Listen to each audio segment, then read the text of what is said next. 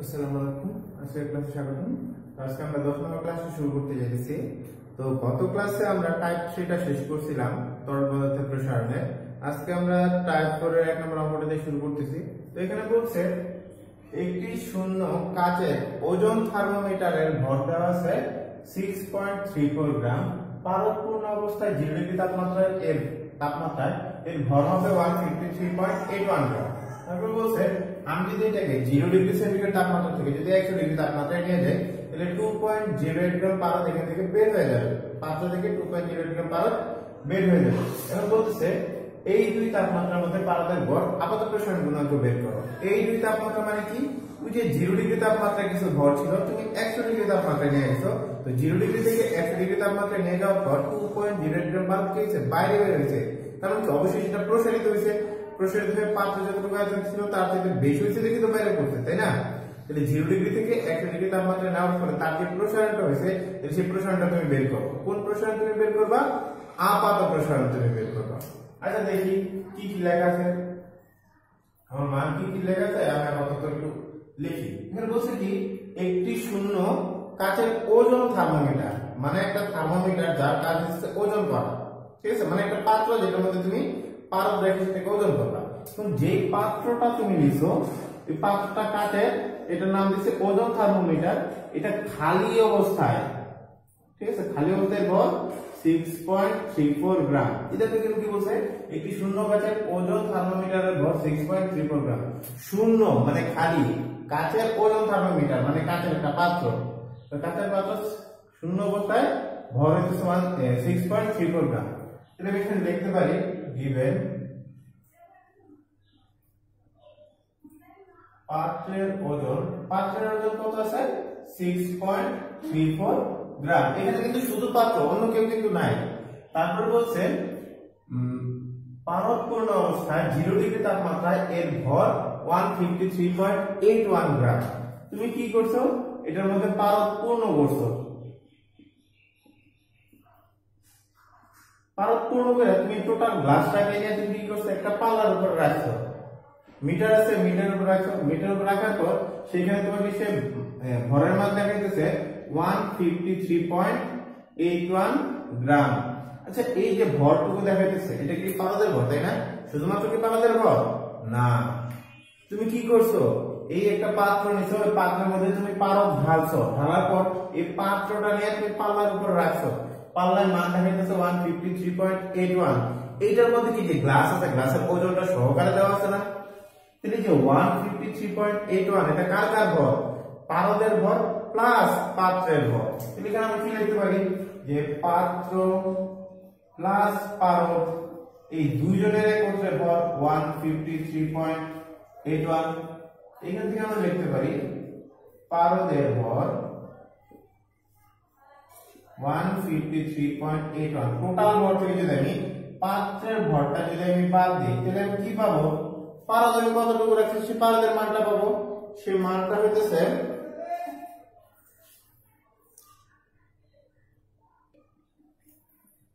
এটার মান আসতেছে 147.47 গ্রাম। তার মানে আমি পাত্রের মধ্যে এতটুকু পারদ রাখছি। তারপরে বলছে 100 ডিগ্রি তাপমাত্রায় 2.08 গ্রাম পারদ বের হয়ে যায়। তো যতটুকু পারদ বের হয়ে যায় এটাকে আমরা কি লিখতে পারি? বহিষ্কৃত তরল। বহিষ্কৃত তরলের ভর, বহিষ্কৃত তরলের ভর আছে 2.08 গ্রাম। এবার প্রশ্ন আমাকে কি চাইছে? আপাত প্রসারণ গুণাঙ্ক চাইছে। তাহলে আমরা জানি আপাত প্রসারণ গুণাঙ্কে কিন্তু আমরা বাংলা সূত্রটা মনে রাখতে বলছিলাম। আমরা জানি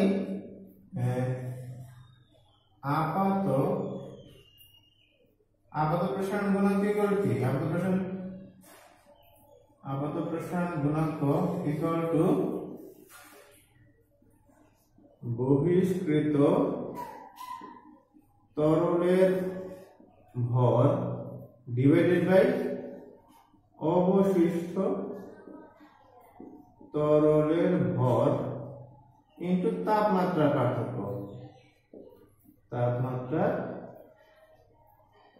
পার্থক্য। ঠিক আছে? এবার দেখো আপাত প্রসারণ গুণাঙ্ক মানে গামা এ উপরে আছে কি বহিষ্কৃত তরলের ভর। প্রশ্ন আমাকে বলে দিচ্ছে বহিষ্কৃত তরলের ভর 2.08। এখন আসো অবশিষ্ট তরলের ভর। অবশিষ্ট মানে এখন আমার কাছে কতটুকু আছে। কিছু তো তরল বাইরে বের হয়ে গেছে, বের হয়ে যাওয়ার পরে আমার কাছে কতটুকু আছে। দেখো তো আমার কাছে কতটুকু আছে সেটা থাকতে, সেটা জানতে হলে আমার জানা লাগবে আমার কাছে কতটুকু ছিল। আমি তো জানি আমার কাছে তাও ছিল 147.47 গ্রাম। এই 147.47 গ্রাম থেকে 2.08 গ্রাম বাইরে বের হয়ে গেছে। তাহলে আমার কাছে আছে কতটুকু? আমি টোটালটা থেকে যতটুকু বাইরে বের হয়েছে যদি আমি বিয়োগ করি তাহলে যদি আমি পেয়ে যাবো আমার হাজার কতটুকু আছে, তাই না? তাহলে আমার অবশিষ্ট আছে কতটুকু? আমার টোটাল ছিল 147.47 গ্রাম। এই এতটুকু ভর থেকে কি হয়েছে 2.08 গ্রাম তরল বাইরে বের হয়ে গেছে। তাহলে টোটালটা থেকে যতটুকু বের হয়ে গেছে যদি আমি বিয়োগ করি তাহলে আমি অবশিষ্ট মান পাবো। সেই অবশিষ্ট মান বিয়োগ করলে পাওয়া যাবে ইনটু তাপমাত্রা পার্থক্য। তাপমাত্রা পার্থক্য কি? বড় তাপমাত্রা মাইনাস ছোট তাপমাত্রা। বড় তাপমাত্রা 100, ছোট তাপমাত্রা 0। এখান থেকে করলে আমি আপাত প্রসারণ গুণাঙ্কের মান পাবো 1.43 ইনটু 10⁻⁴ পার ডিগ্রি সেন্টিগ্রেড।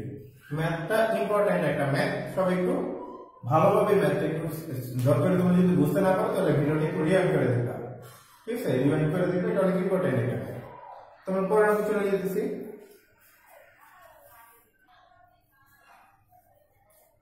তো 3 নম্বর ম্যাথটা দেখতেছি, এখানে বলছে 0 ডিগ্রি তাপমাত্রায় একটি কাঁচ পাত্রে 1015 গ্রাম পারদ হবে। এর তাপমাত্রা 100 ডিগ্রি সেন্টিগ্রেডে উন্নীত করলে কতটুকু পারদ উপচে পড়বে? কাঁচের আলফার মান দেওয়া আছে, পারদের গামার মান দেওয়া আছে। আচ্ছা, বলছে আমার একটা কাঁচের পাত্র আছে। এই অঙ্কের ক্ষেত্রে কাঁচের পাত্রে খালি অবস্থায় ভর কত সেটা কিন্তু সে বলে না। বলছে কি আমার একটা কাঁচের পাত্র আছে, এর মধ্যে কি 0 ডিগ্রি তাপমাত্রায় 1015 গ্রাম পারদ এর মধ্যে ভর্তি করা যাবে। এই যে পাত্রটা আছে তাপমাত্রা আছে 0 ডিগ্রি সেন্টিগ্রেড তাপমাত্রা, এবং 0 ডিগ্রি সেন্টিগ্রেড তাপমাত্রা আমি কি করব? এটার মধ্যে আমি পারদ ভর্তি করব। কতটুকু পারদ এর মধ্যে আমি ভর্তি করতে পারবো? 1015 গ্রাম। তার মানে এই যে ভরটা দেওয়া আছে এটা কিন্তু সরাসরি পারদের ভর। তাইলে দেখি কি কি কি আছে, গিভেনটা লিখি। গিভেন তাহলে পারদের ভর দেওয়া আছে 1015 গ্রাম। তারপর বলছে এটাকে আমার কি করতে হবে? 100 ডিগ্রি তাপমাত্রায় নিয়ে যেতে হবে। তাহলে T2 এর মান করতে হবে আমার 100 ডিগ্রি সেন্টিগ্রেড। 100 ডিগ্রি সেন্টিগ্রেড করলে কি হবে? প্রসারিত হয়ে তারা কিছু পরিমাণ পারদটাকে বাইরে বের করে দেবে। তো কতটুকু পারদ বাইরে বের করবে সেটা মাপার জন্য নিচে আমি একটা পাত্র রাখছি, ঠিক আছে? প্রশ্ন আমাকে বলছে যে কতটুকু পারদ উপচে পড়বে 0 ডিগ্রি থেকে আমি যদি 100 ডিগ্রি তাপমাত্রা আনি তাহলে কতটুকু পারদ উপচে পড়বে, মানে কতটুকু পারদ বের হয়ে যাবে। তারপরে দেওয়া আছে পারদের গামার মান দেওয়া আছে, মানে গামার মান মানে গামা রিয়াল। পারদের যে প্রসারণটা প্রকৃত প্রসারণ গুণাঙ্ক প্রশ্নের মধ্যে দেওয়া আছে, আমি শর্টকাট লিখছি। প্রশ্নে দেওয়া আছে পারদের প্রকৃত প্রসারণ গুণাঙ্ক, আমি শুধু পারদের গামা লিখছি, ঠিক আছে? মানে বাংলা ভাষাতে একটু শর্ট করতে আর কি লিখতে, মানে বোর্ড ছোট তো সেই জন্য আর কি। তো কাঁচের আমার দৈর্ঘ্য প্রসারণ গুণাঙ্ক দেওয়া আছে আলফা জি। তাহলে আমাদের প্রশ্ন হচ্ছে কতটুকু পারদ উপচে পড়বে। এইটা কি বুঝাইতেছে বলো দেখো তো? উপচে পড়াটা মানে বহিষ্কৃত হওয়াটা কোন সূত্রের মধ্যে আছে? আপাত প্রসারণের মধ্যে আছে না? তো প্রশ্ন কি তোমার কোথাও আপাত প্রসারণের মান দেওয়া আছে? দেওয়া নাই। তোমার কি দেওয়া আছে? প্রকৃত প্রসারণ গুণাঙ্কের মান দেওয়া আছে, আর দেওয়া আছে কি পাত্রের দৈর্ঘ্য প্রসারণ গুণাঙ্ক দেওয়া আছে।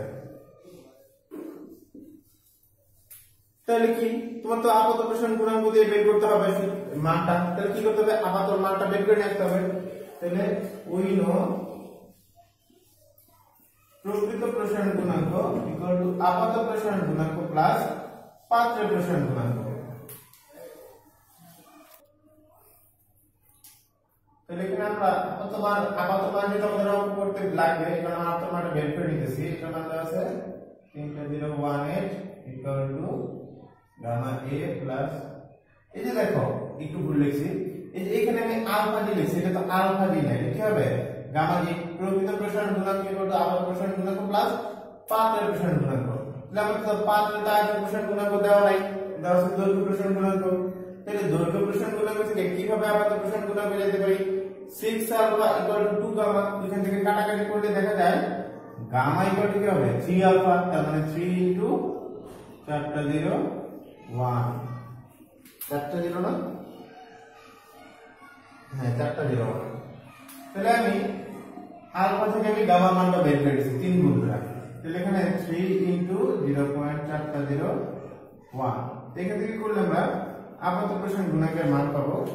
মানটা কত হয় একটু দেখি, মান হবে 1.5 ইনটু 1.5 ইনটু 10 ইনভার্স 4 পার ডিগ্রি সেন্টিগ্রেড।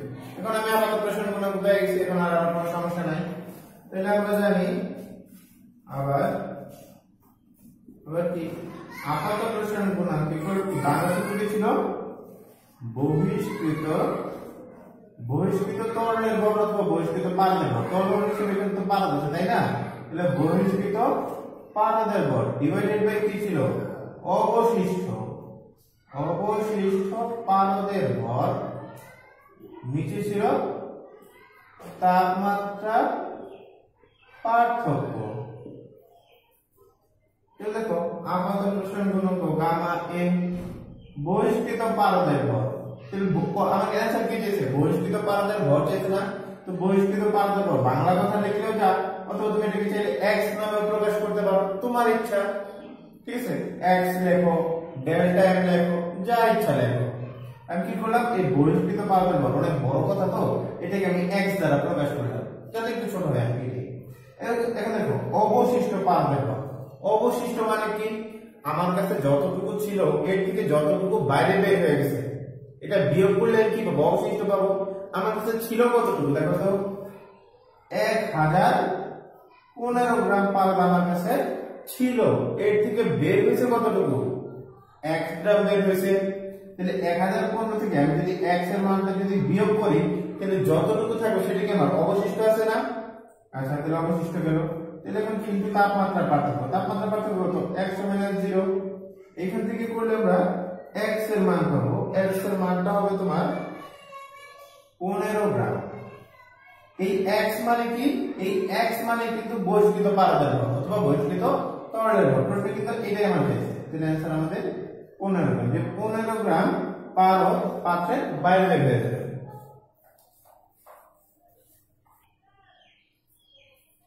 এখানে বলছে তারপরে একটা নম্বরটা বলছে 0 ডিগ্রি সেন্টিগ্রেড তাপমাত্রায় 60 সেন্টিমিটার উলম্ব কোন একটি তরল স্তম্ভের তলদেশে চাপ 100 ডিগ্রি সেন্টিগ্রেড তাপমাত্রায় 60.63 সেন্টিমিটার উলম্ব একই তরলের তলদেশে চাপের সমান।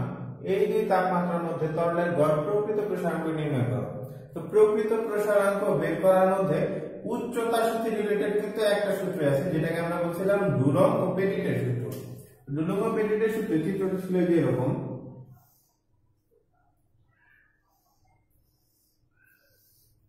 ঠিক আছে, একটা প্রান্ত ছিল ঠান্ডা আর একটা প্রান্ত ছিল গরম।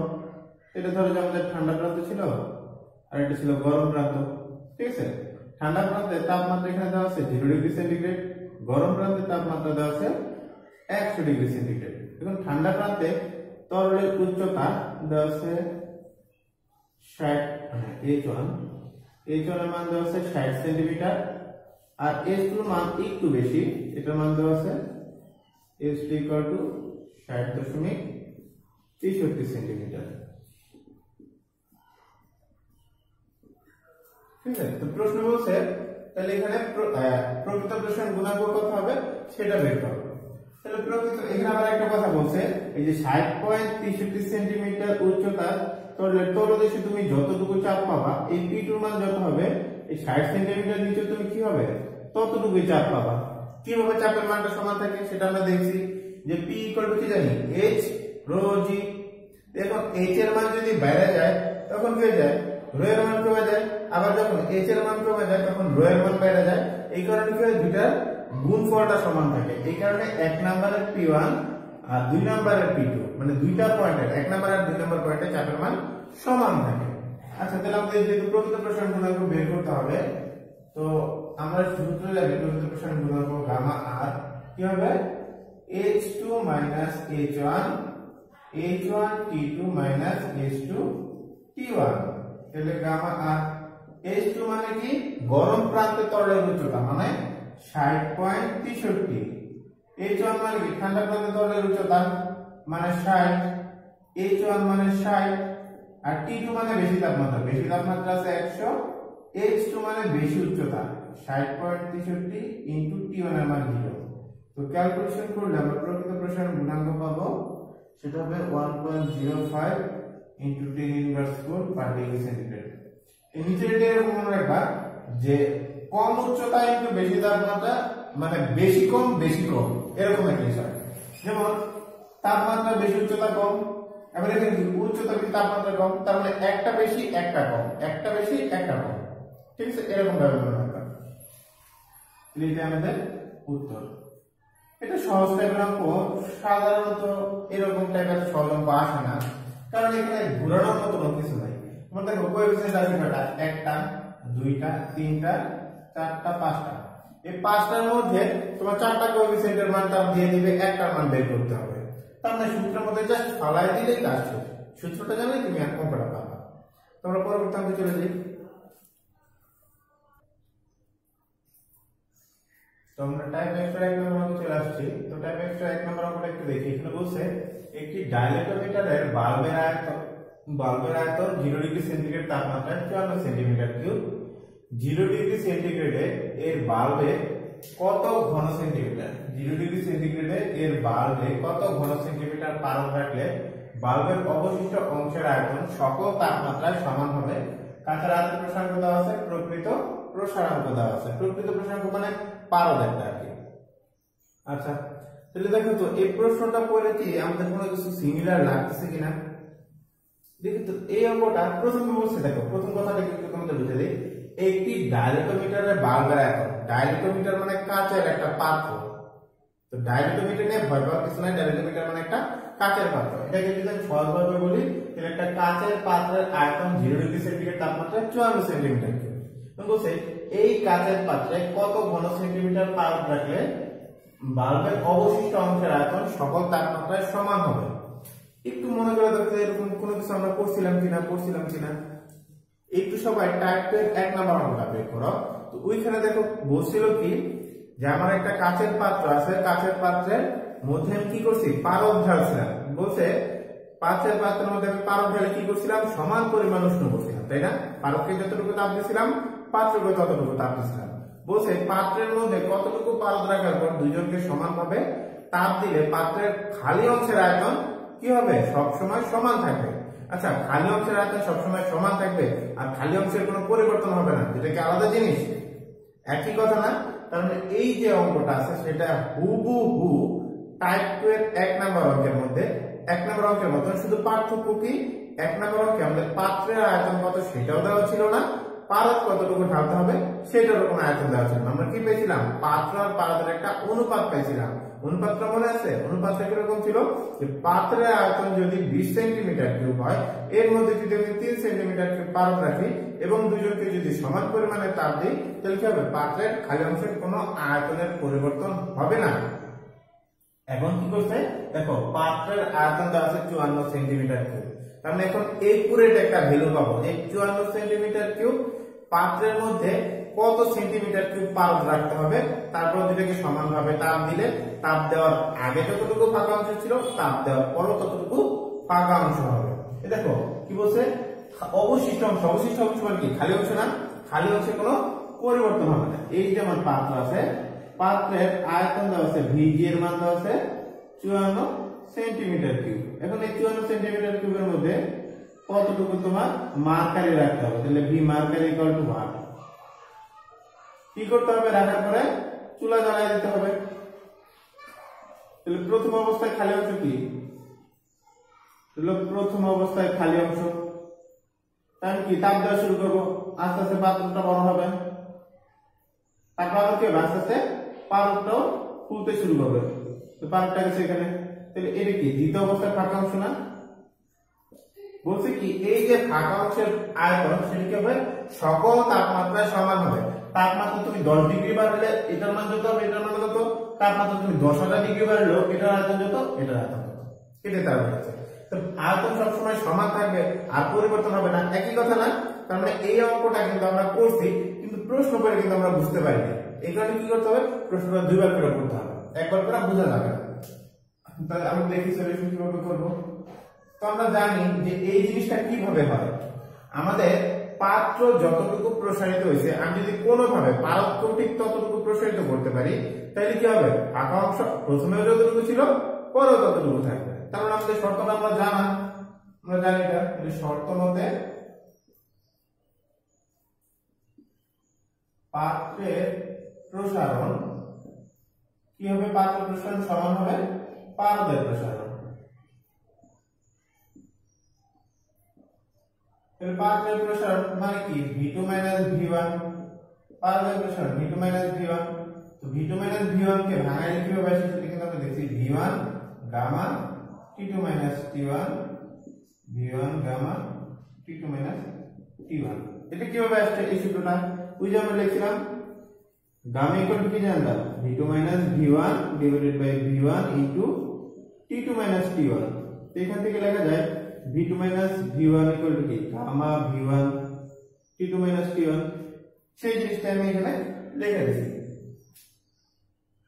তাহলে এখানে v এতটুকু দেখো তো কার মান, পাত্রের না, তাহলে এই যে v যেটা আছে কি v g আমি লিখতে পারি, পাত্রটা তো কাছে গামা যেটা সেটা গামা g লিখতে পারি, এটি কি আছে পারদ না, পারদ মানে তো মার্কারে দিলে vm লিখতে পারি, গামা মানে গামা m লিখতে পারি। আচ্ছা তাহলে vg এর মান দেখো আমাদের দেওয়া আছে পাত্রের আয়তন 54 সেন্টিমিটার কিউব, তাহলে vg মান 54। দেখো এই গামা জি মানে কি পাত্রের আয়তন প্রসারণ গুণাঙ্ক, এই যে দেখো কাচের আয়তন প্রসারণ গুণাঙ্ক দেওয়া আছে 0.4025। আর তাপমাত্রা পার্থক্য, যেহেতু আমি দুইজনকে সমান পরিমাণ তাপ দিতেছি তাহলে তাপমাত্রা পার্থক্য কি সেম হবে না, তাহলে t2 t1 t2 t1 same. আর এখানে আসছে vm মার্কারে কতটুকু আয়তন নিতে হবে সেটা মানে আমরা বের করব। আর গামা এর প্রকৃত প্রসারণ দেওয়াই আছে 0.3018। এখান থেকে করলে vm এর মান পাওয়া যাবে 7.5 সেন্টিমিটার, মানে 54 সেন্টিমিটার কাচের পাত্রে তুমি যদি 7.5 সেন্টিমিটার তুমি পারদ রাখো তাহলে কি হবে, অবশিষ্ট অংশের আয়তন কি হবে, তাপ দেওয়ার আগে যতটুকু ছিল তাপ দেওয়ার পরও ততটুকুই হবে। তাহলে এটা আমাদের উত্তর।